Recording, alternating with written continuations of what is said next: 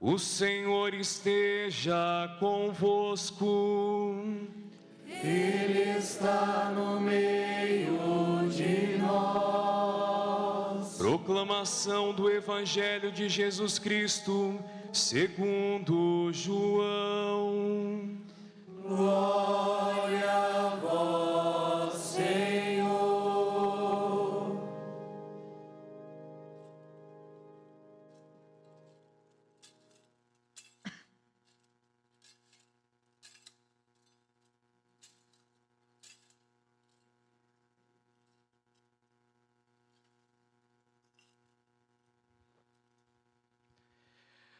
Ao anoitecer daquele dia, o primeiro da semana,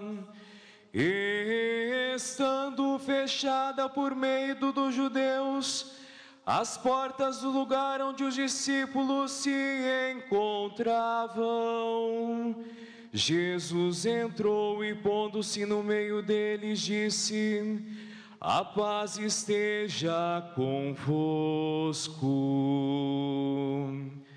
Depois destas palavras, mostrou-lhes as mãos e o lado. E então os discípulos se alegraram por verem o Senhor. Novamente Jesus disse: a paz esteja convosco. Como o Pai me enviou, também eu vos envio. Depois de ter dito isso, soprou sobre eles e disse: recebei o Espírito Santo. A quem perdoardes os pecados, eles lhes serão perdoados. A quem não os perdoardes, eles lhes serão retidos. Tomé, chamado Dídimo, que era um dos 12, não estava com eles quando Jesus veio.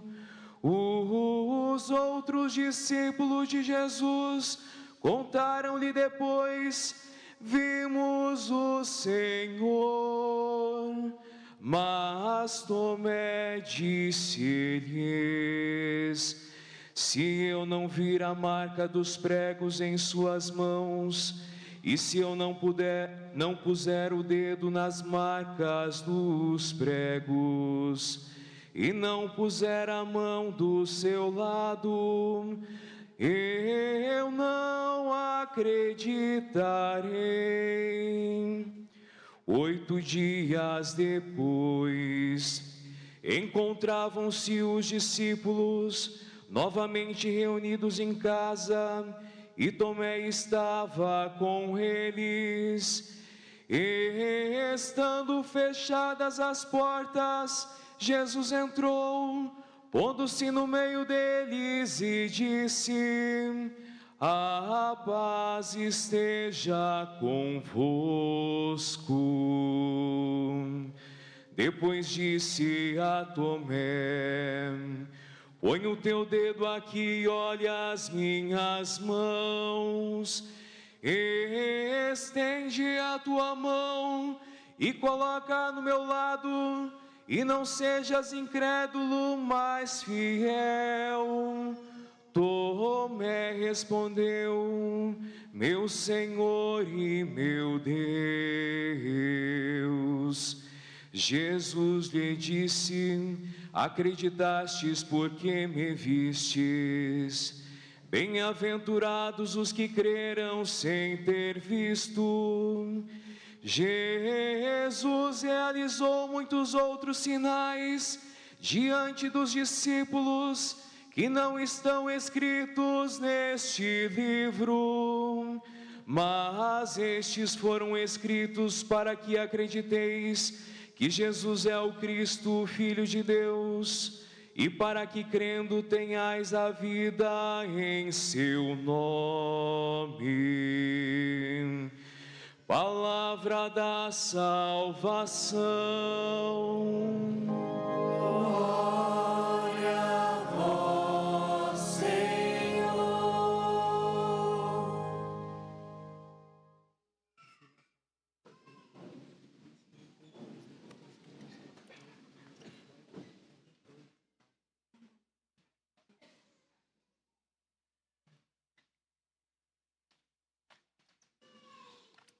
Inicia-se o rito de ordenação diaconal.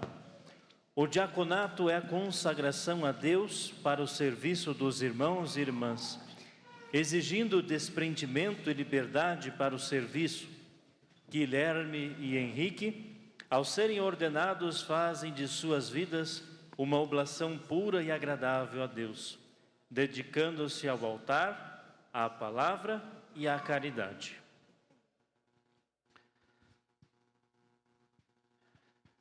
Queiram aproximar-se os que serão ordenados diáconos: Guilherme Bueno Biondaro e Henrique Passos Morcotum. Presente. Presente. Reverendíssimo Pai, a Santa Mãe Igreja pede que ordenes para a função de diácono estes nossos irmãos. Você podes dizer-me se eles são dignos deste ministério?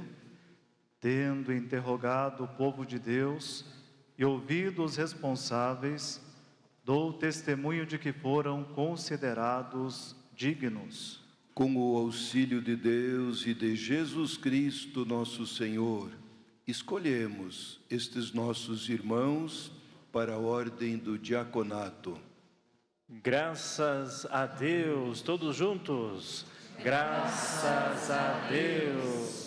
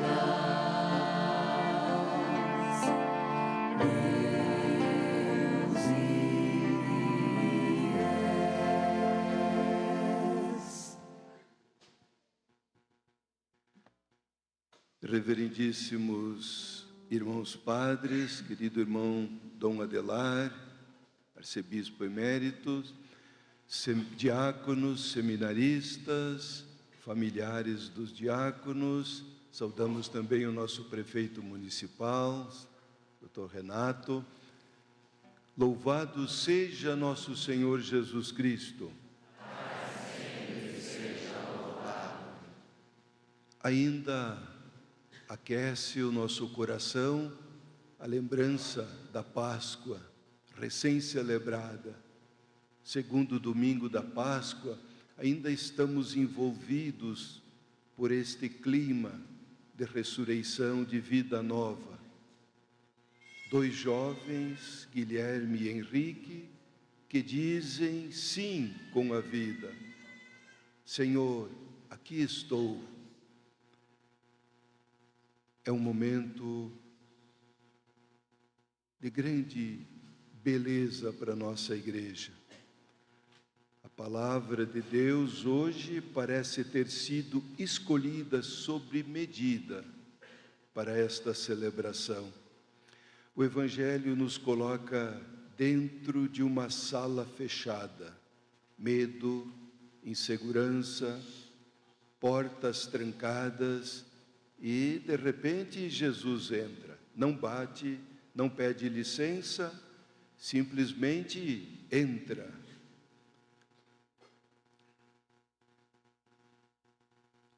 primeira palavra não é de cobrança, é de dom. A paz esteja convosco.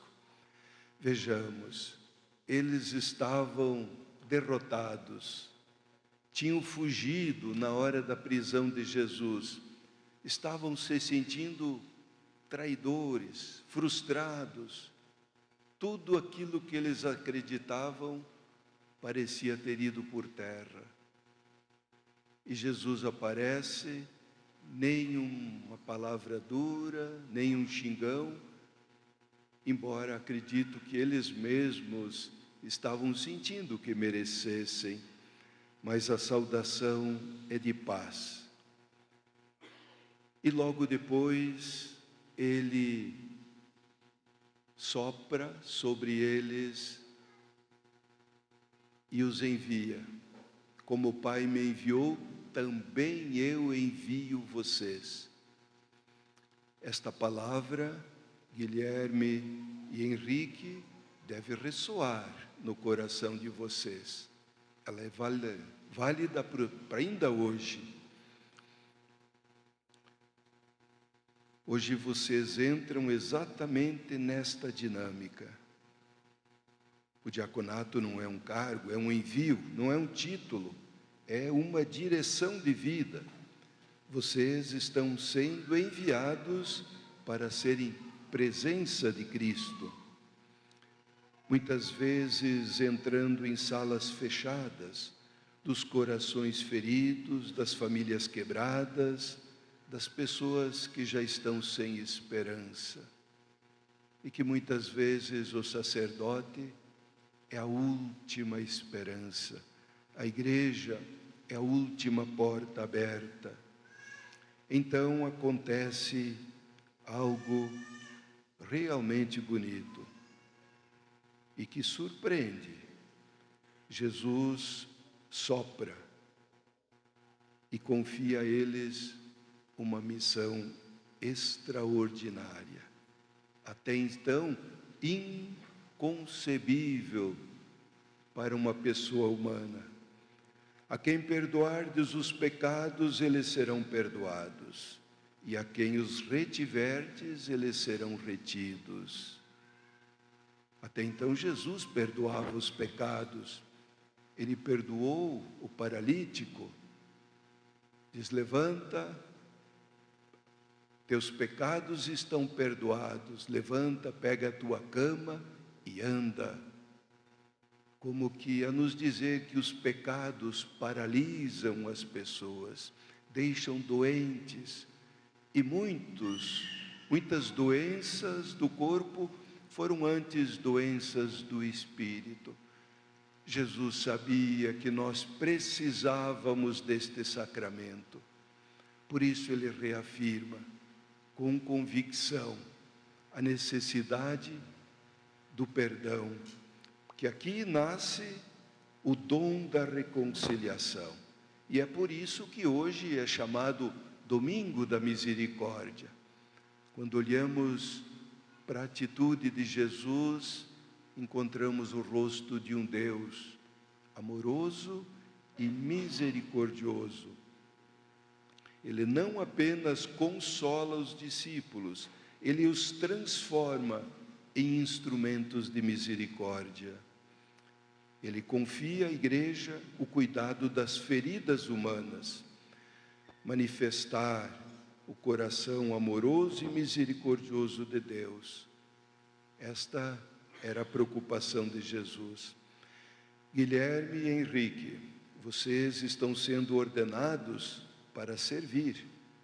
Muitas vezes, diante de pessoas feridas pela culpa, pelo erro, pela história da própria vida. Pessoas que, por dentro, parecem uma fonte seca,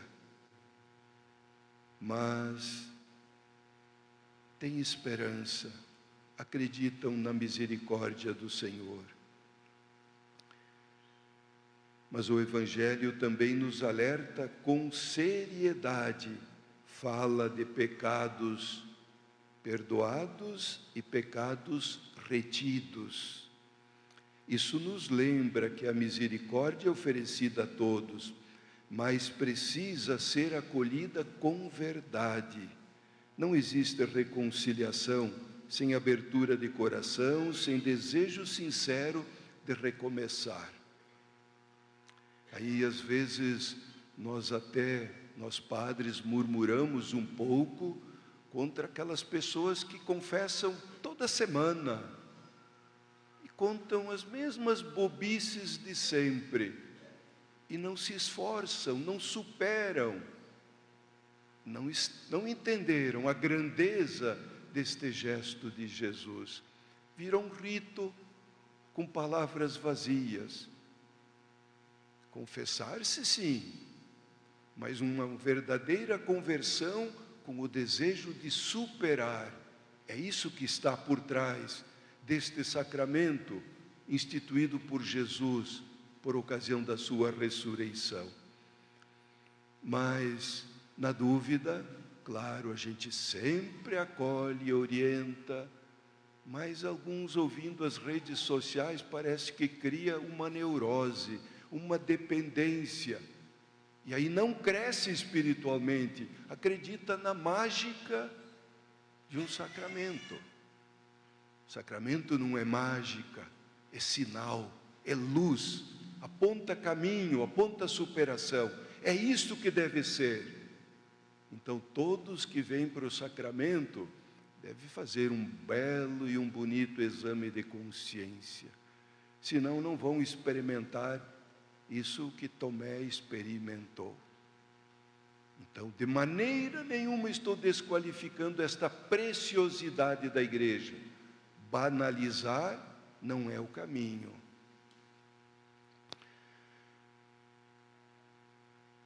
Queridos diáconos, já vou chamá-los assim, o papel de vocês também será ajudar as pessoas a redescobrirem este sacramento.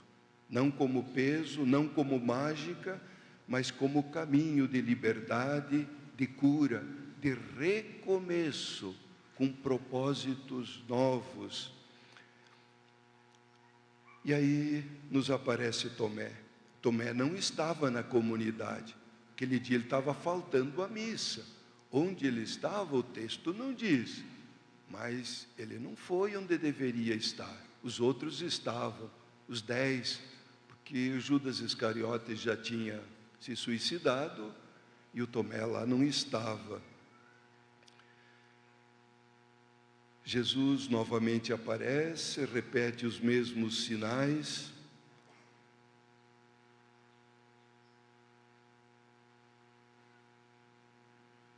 A entrada de Jesus e a manifestação a Tomé tiram uma dúvida de muitas pessoas que muitas vezes querem ser calculistas, querem tocar, querem provas.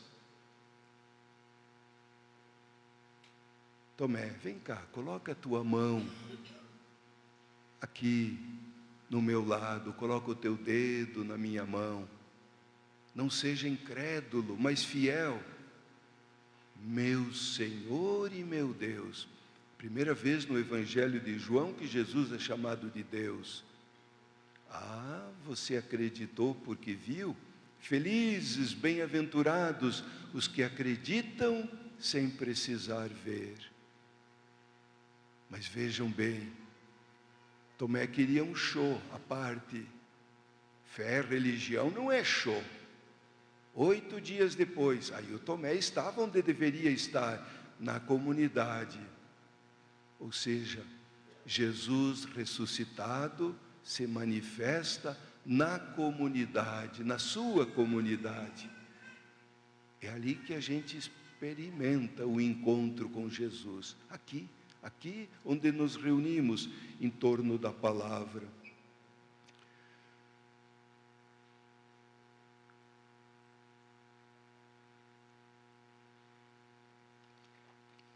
Mas quando Tomé volta dentro, aí está com os irmãos, faz esta bonita manifestação.